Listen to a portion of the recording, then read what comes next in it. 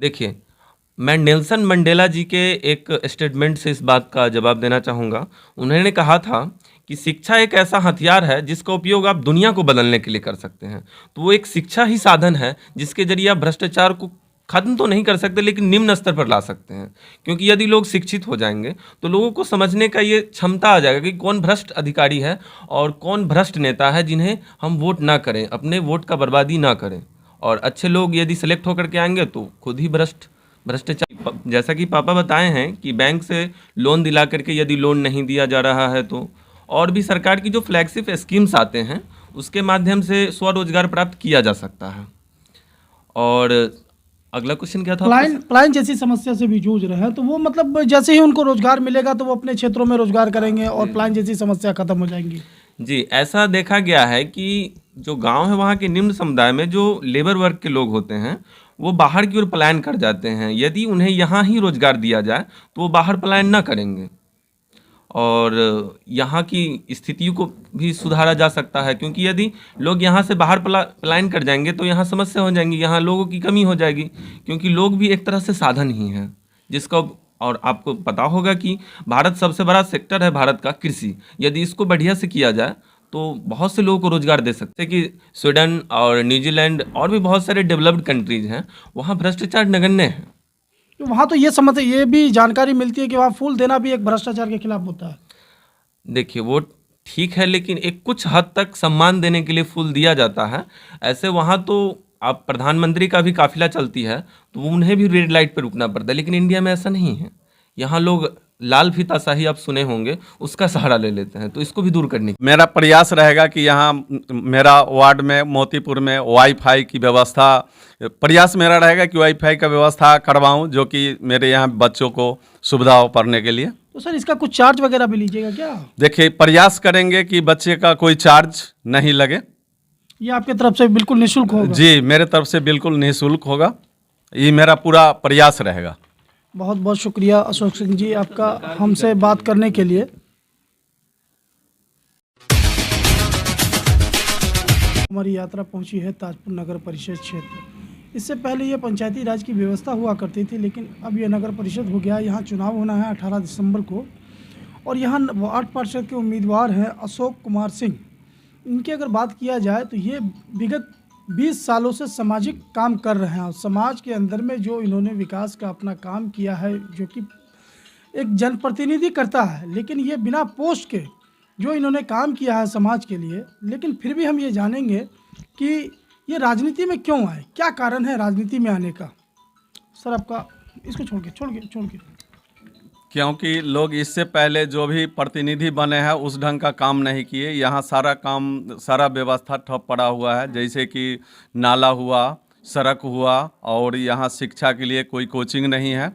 ये सब सारे व्यवस्था हम करवाएंगे। किसी के पास रोज़गार की कमी है, कोशिश करवाएंगे कि बैंक से मिल के हम उसका रोज़गार दिलवावें या दुकान खोलवा के उसको लोन दिलवाने का काम करेंगे।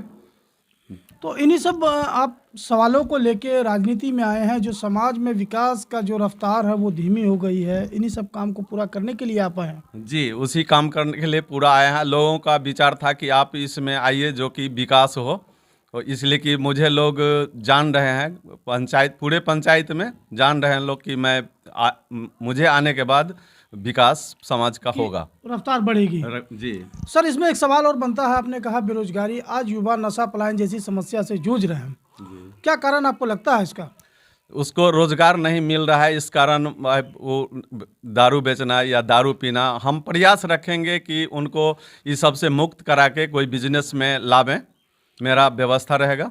ये तो वो हो गया कि जो लोग नशे में हैं, नशे में धुत है या फिर वो गलत दिशा में जा रहे हैं। लेकिन जो लोग रोजगार करना चाह रहे हैं, जो पलायन जैसी समस्या से जूझ रहे हैं, उनको कैसे मुख्य धारा में जोड़िएगा? रोजगार जो करना चाह रहे हैं उनको हम बैंक से मिल के उनको लोन दिला के ये सब करके उनको रोजगार को बढ़ावा करेंगे और आगे की ओर उनको बढ़ने का। हाँ सर इसी में एक सवाल और बनता है, युवा तो है ही है, भारत में महिलाओं की 50% आबादी है। महिलाएं व्यर्थ बैठी रहती है घरों में, इनके स्वरोजगार के लिए क्या वार्ड स्तर पे भी कुछ रोजगार लग सकता है? जी, लग सकता है। उसके लिए होगा सिलाई सेंटर खुलवाने का प्रयास करेंगे, या बकरी पालन हो महिलाओं के लिए, वो खुलवाने का प्रयास करेंगे हम। तो इन्हीं सब जो छोटे छोटे लघु कुटीर उद्योग है, इनको लगा के क्या महिलाओं का उत्थान होगा? जी, बिल्कुल होगा। और क्या सपने हैं सर आपके वार्ड को लेके? आपने क्या सपने संजोए हैं कि आपके समाज में, आपके वार्ड में जो विकास का काम होना चाहिए, इसको थोड़ा साझा करें। देखिए, सबसे पहले तो शिक्षा की बात तो है ही है, और उसके बाद हम लोगों को जहाँ सड़क, अभी तक के सड़क नहीं हुआ है, जो कि लोगों को काफ़ी कठिनाई हो रहा है, या मेरे यहाँ महादलित टोला है या शर्मा टोला है, उन लोगों को इतना कठिनाई हो रहा है कि उसको कोई भी आदमी देखने के बाद अखर जाता है, बरसात के टाइम में खास करके। तो उसको हम प्रयास करेंगे कि सबसे पहले हम उसका निदान करें। मेरा प्रयास रहेगा कि यहाँ मेरा वार्ड में मोतीपुर में वाईफाई की व्यवस्था, प्रयास मेरा रहेगा कि वाईफाई का व्यवस्था करवाऊँ, जो कि मेरे यहाँ बच्चों को सुविधा हो पढ़ने के लिए। तो सर इसका कुछ चार्ज वगैरह भी लीजिएगा क्या? देखिए, प्रयास करेंगे कि बच्चे का कोई चार्ज नहीं लगे। ये आपके तरफ से बिल्कुल निःशुल्क होगा? जी, मेरे तरफ से बिल्कुल निःशुल्क होगा। ये मेरा पूरा प्रयास रहेगा। आपके पिताजी चुनाव में वार्ड पार्षद का उम्मीदवारी दिए हैं और वो चुनाव लड़ रहे हैं, कैसा लग रहा है आपको? और आप एक खुद युवा हैं, आप युवाओं के बारे में क्या सोचा है, कैसे उनको स्वरोजगार से जोड़िएगा?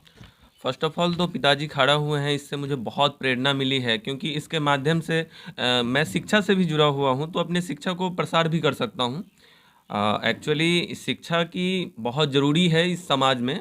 लोग शिक्षा के अभाव के कारण ही लोग अलग क्षेत्रों में चले जाते हैं, दारू बेचने लगते हैं।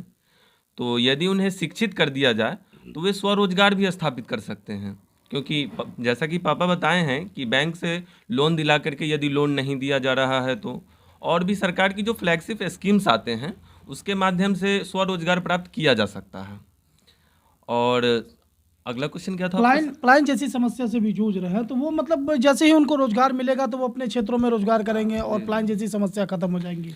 जी, ऐसा देखा गया है कि जो गांव है वहाँ के निम्न समुदाय में जो लेबर वर्क के लोग होते हैं वो बाहर की ओर पलायन कर जाते हैं। यदि उन्हें यहाँ ही रोजगार दिया जाए तो वो बाहर पलायन ना करेंगे, और यहाँ की स्थितियों को भी सुधारा जा सकता है, क्योंकि यदि लोग यहाँ से बाहर पलायन कर जाएंगे तो यहाँ समस्या हो जाएंगी, यहाँ लोगों की कमी हो जाएगी, क्योंकि लोग भी एक तरह से साधन ही हैं जिसका।